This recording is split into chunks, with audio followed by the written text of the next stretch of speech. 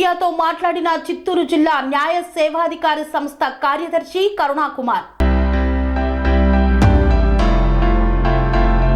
చిత్తూరు జిల్లా కుప్పం కోర్టులో మీడియాతో మాట్లాడిన చిత్తూరు జిల్లా న్యాయ సేవాధికార సంస్థ కార్యదర్శి కరుణాకుమార్ ఈ నెల 9న జరగబోయే జాతీయ లోక్ అదాలత్ను శివరాత్రి పండుగ సందర్భంగా ఈ నెల 16కు వాయిదా వేశామన్నారు. జాతీయ లోక్ అదాలత్ను కక్షిదారులందరూ సద్వినియోగం చేసుకోవాలని సూచించారు. జాతీయ లోక్ అదాలత్ను విజయవంతం చేయాలన్నారు.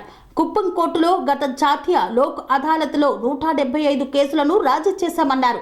జిల్లాలో 11 మండలాల లీగల్ సర్వీస్ కమిటీలు ఉన్నాయి. జాతీయ లోక్ అదాలత్లో కక్షిదారులు సత్వర న్యాయం పొందవచ్చని సూచించారు. ఊరి నాయనపల్లిలోని మూఢాచారాన్ని మహిళలు వదిలిపెట్టాలన్నారు.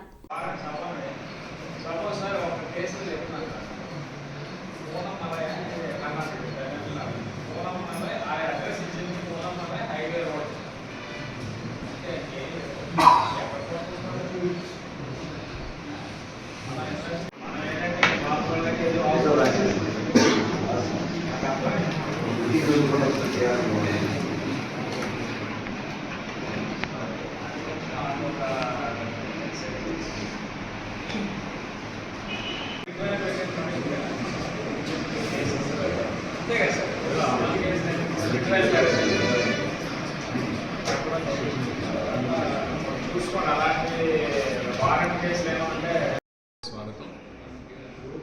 ఈ రోజున కుప్పంలో పర్యటించడం ఒక అదృష్టమైన విషయాన్ని నేను అనుకున్నాను. మా యొక్క గౌరవ judges, principal junior civil judge, అలాగే madam additional junior civil judge గారు, అలాగే బార్ ప్రెసిడెంట్ గారు, మిగతా బార్ సభ్యులు, వివిధ విభాగాల అధిపతులు అందరూ కూడా ఈ రోజున ఇక్కడ సమావేశం జరిగింది. ఈ సమావేశం యొక్క ముఖ్యమైన ఉద్దేశం ఏంటంటే మనకి 9/3/2024 జరగబోయే జాతీయ శివరాత్రి సందర్భంగా దాని డేట్ని మార్పు చేయడం జరిగింది.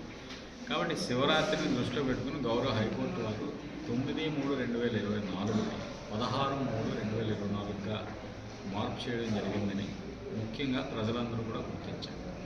ఈ ప్రజా న్యాయపీఠాలు లీగల్ సర్వీస్ అథారిటీ యాక్ట్ 1987 ప్రకారంగా మనకి నడుస్తూ ఉంటాయి. ప్రజా న్యాయపీఠాలలో ప్రజలే న్యాయమూర్తులుగా ఉంటూ వాళ్ళకి కావలసినటువంటి తీర్పు వాళ్లే రచించుకునే విధంగా ఇవి పనిచేస్తుంది. కాబట్టి ఈ ఆధునిక ప్రజాస్వామ్య వ్యవస్థలో ఎంతో సఫలీకృతమైనటువంటి విధానంలో ఈ ప్రజా న్యాయపీఠాలు పనిచేస్తూ ఎన్నో కోట్ల కేసుల్ని ఇప్పటి వరకు కూడా ఎన్నో కోట్ల రూపాయల కేసుల్ని కూడా సెటిల్ చేశారంటే అది నిజంగా ఒక మంచి సాదృశ్యం అని నేను అనుకుంటూ, అలాగే గత లోక్ అదాలత్లో మన కుప్పం కోర్టులో జరిగినటువంటి ఆ ప్రజా న్యాయపీఠ ఆ యొక్క పర్యంతం చాలా సఫలీకృతంగా అయింది. 172 కేసుల్ని ఇక్కడ రాజీ చేయడం, అంటే సివిల్, క్రిమినల్, ఈపీలు, ఎగ్జిక్యూషన్ పిటిషన్లు, వాటితో పాటు 87 లక్షల రూపాయల చిలుకు నష్టపరిహారాన్ని కూడా ఇప్పించడం జరిగిందంటే ఒకే కోర్టులో 172 జరిగితే మా జిల్లా వ్యాప్తంగా ఇంచుమించు 1927 కేసుల్ని మనం రాజీ చేసాం. ఇంచుమించు 29 కోట్ల రూపాయల నష్టపరిహారాన్ని జిల్లా వ్యాప్తంగా ఇప్పించడం జరిగింది. కాబట్టి ఈ వ్యవహారం ఏదైతే అంటే మనం ఒక కేసుని లోక్ అదాలత్లో రాజీ చేసుకుంటే అది సరైందా అన్న ప్రశ్నకి సమాధానం చట్ట ప్రకారంగా అది ఒక సివిల్ కేసుల్లో రాజీ చేసుకుంటే సివిల్ కోర్టు డిగ్రీతో సమానం. అలాగే క్రిమినల్ కేసుల్లో రాజీ చేసుకోవడం ముద్దాయిలకు వచ్చే ప్రయోజనం ఏంటంటే ఆ కాంపౌండ్ చేసినప్పుడు ఆ యొక్క కేసుని రాజీ చేసినప్పుడు ఆ ముద్దాయికి తన కేసు నుంచి పూర్తిగా విముక్తి అయినటువంటి ఆ యొక్క ఫలితం వస్తుంది. ఆ ఫలితాలన్నీ కూడా మీరు గమనించుకుని మీరేం చేయాలంటే ఈ లోక్ అదాలత్ని స్వాగతించాలి.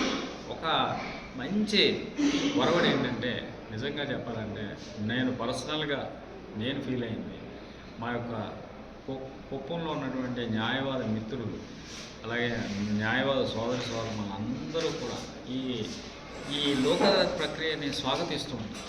కొన్ని దగ్గర ఏవో కొన్ని అబ్జెక్షన్స్ ఉంటాయి కానీ ఇక్కడ ఎక్కడ ఏ విధమైనటువంటి అబ్జెక్షన్ అంటే చాలా కూల్గా ఈ లోకాదాలత్ ప్రాసెస్ని స్వాగతిస్తూ ఈ యొక్క లోకాదాలత్ సక్సెస్ అవ్వడానికి చాలా ఒక మెరుగైనటువంటి సేవల్ని మా యొక్క అడ్వకేట్ మిత్రులు అందించడం.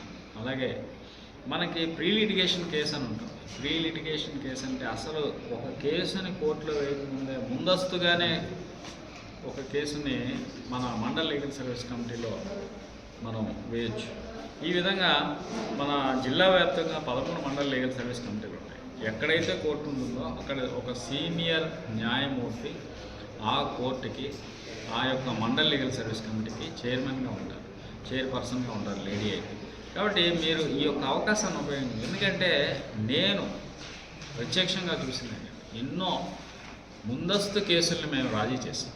ఇంచుమించు సుమారు ఒక కేసులో కాంట్రాక్టరు మా డిఎల్ఎస్ఏకి వచ్చినప్పుడు డిఎల్ఎస్ఏలో ఆ మున్సిపల్ కార్పొరేషన్ ఏదైతే ఉందో ఆ మున్సిపల్ కార్పొరేషన్ ఇంచుమించు 10 కోట్ల రూపాయల బకాయిలు అతనికి ఇవ్వకపోతే మేము మధ్యవర్తం చేసి మీడియేషన్ విధానం ద్వారా 1,35 లక్షల రూపాయలు ఇప్పటివరకు ఇప్పించామంటే ఈ లోక్ అదాలత్లు ఎంత వేగవంతమైనటువంటి ప్రక్రియలో పొరవల్లో వెళ్తున్నాయని మీరు గమనించవచ్చు.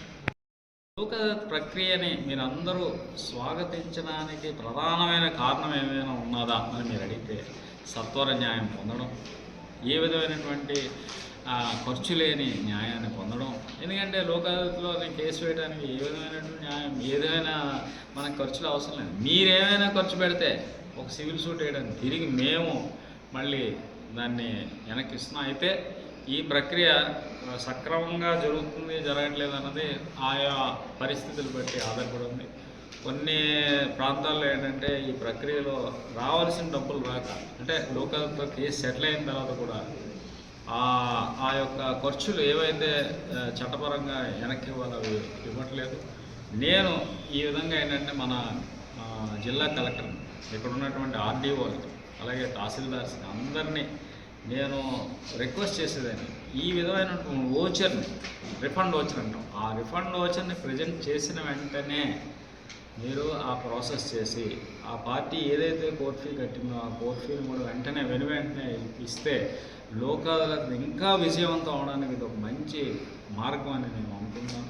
కాబట్టి రాజీయే రాజమార్గం అన్న ఈ విధానాన్ని ప్రజలు ప్రతి ఇంట దీన్ని ఒక నానుడిగా చేసినట్టే ఈ సత్వర న్యాయం అనేది జరుగుతుందని నేను అనుకుంటూ ఈసారి జరగబోయే ఈ యొక్క లోక్ అదాలత్ ప్రక్రియ కూడా విజయవంతం అవుతుందన్న పూర్తి విశ్వాసం మా యొక్క గౌరవ జడ్జెస్ అలాగే ఇక్కడ ఉన్నటువంటి మరి గౌరవ న్యాయవాదులు అందరూ కూడా ఆ నమ్మకాన్ని నాకు ఇచ్చి నన్ను చిత్తూరు పంపిస్తున్నానని నేను చాలా హర్షధ్వానాలు తెలియజేస్తూ అలాగే మా యొక్క మండల్ లీగల్ సర్వీస్ కమిటీస్ ద్వారా అనేకమైనటువంటి కార్యక్రమాలు ఈ కార్యక్రమాల్లో కూడా మా న్యాయవాద మిత్రులు పోలీసులు అట్లనే మిగతా విభాగాలు కూడా ఖచ్చితంగా వాళ్ళ యొక్క పాత్రను పోషించినప్పుడే ఈ లీగల్ సర్వీసెస్ విజయవంతం అవుతాయి.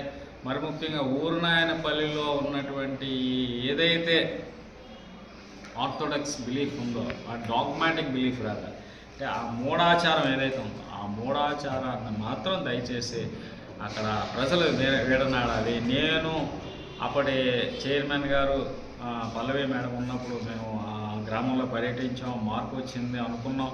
కానీ ఇప్పుడే ఐసిడిఎస్ వాళ్ళని అడిగితే ఇంకా మార్పు రాలేదు సార్. వాళ్ళు మనం వెళ్ళినప్పుడేమో అలా చెప్తారు, మనం వెళ్ళిన తర్వాత మళ్ళీ మామూలే అంటున్నారు. కాబట్టి నేను మా యొక్క చైర్పర్సన్ని అట్లనే జడ్జి గారిని ఎడిషనల్ జూనియర్ సివిల్ జడ్జి గారిని రిక్వెస్ట్ చేసేది, అలాగే బార్ మెంబర్స్ని రిక్వెస్ట్ చేసేది. మనం ఎంత చదువుకున్నాం, ఎంత అభివృద్ధి పదంలో వెళ్తున్నాం. ఆకాశంలో చంద్రమండలానికి లేదా సూర్యమండలానికి వెళ్ళడానికి రెడీ అవుతున్న స్త్రీమూర్తులు ఇంకా ఈ నారీ స్వరూపాలు ఈ విధమైనటువంటి మూఢనమ్మకాల్లో ఆ మూఢాచారాల్లో ఉండిపోవడం చాలా బాధాకరం. కాబట్టి దయచేసి ఆ ఊరునాయనపల్లి గ్రామస్తులు ముందుకు వచ్చి వాళ్ళు మూఢ విశ్వాసాలను అన్నీ విడనాడి అలాగే ఎక్కువగా గుడుంబ ఏదో వేస్తారు అక్కడ ఊరునాయన, దానివల్ల క్యాన్సర్ వస్తుందని గమనించాలి. సో ఈ విధమైనటువంటి మనం ప్రయోజనమైనటువంటి వాతావరణంలో ఒక మంచి సమాజాన్ని నిర్మించడానికి మనందరం ప్రయత్నం చేద్దాం. ఆ విధంగా మీరందరూ కూడా మా లీగల్ సర్వీసెస్కి తోడ్పాటును అందిస్తారని, చేయూతను అందిస్తారని ఒక మంచి దృఢ విశ్వాసంతో సెలవు. Sun life multi speciality hospital ప్రజలకు నిరంతర వైద్య సేవలు అందిస్తున్న hospital. Diabetology, stem cell physician లో ఇండియాలోనే మొదటి డాక్టర్ గా పేరుగాంచిన డాక్టర్ విజయ్ భాస్కర్ గారు అత్యాధునిక విజ్ఞాన పరిజ్ఞానంతో అంతర్జాతీయ ప్రమాణాలతో సామాన్యులకు సైతం అందుబాటులోకి తెచ్చారు sun life multi speciality hospital ను. అనుభవజ్ఞులైన వైద్యులతో అన్ని రకాల వైద్య సేవలు, ఆపరేషన్స్, సర్జికల్ ఎమర్జెన్సీలు, ప్లాస్టిక్ సర్జరీలు, చికిత్స అందించనున్నారు. 24 గంటలు అందుబాటులో ఫార్మసీ మరియు అంబులెన్స్ సౌకర్యం కలదు. సంప్రదించండి sun life multi speciality hospital, Dhammaiguda. Contact number 8121678234, 9700971100.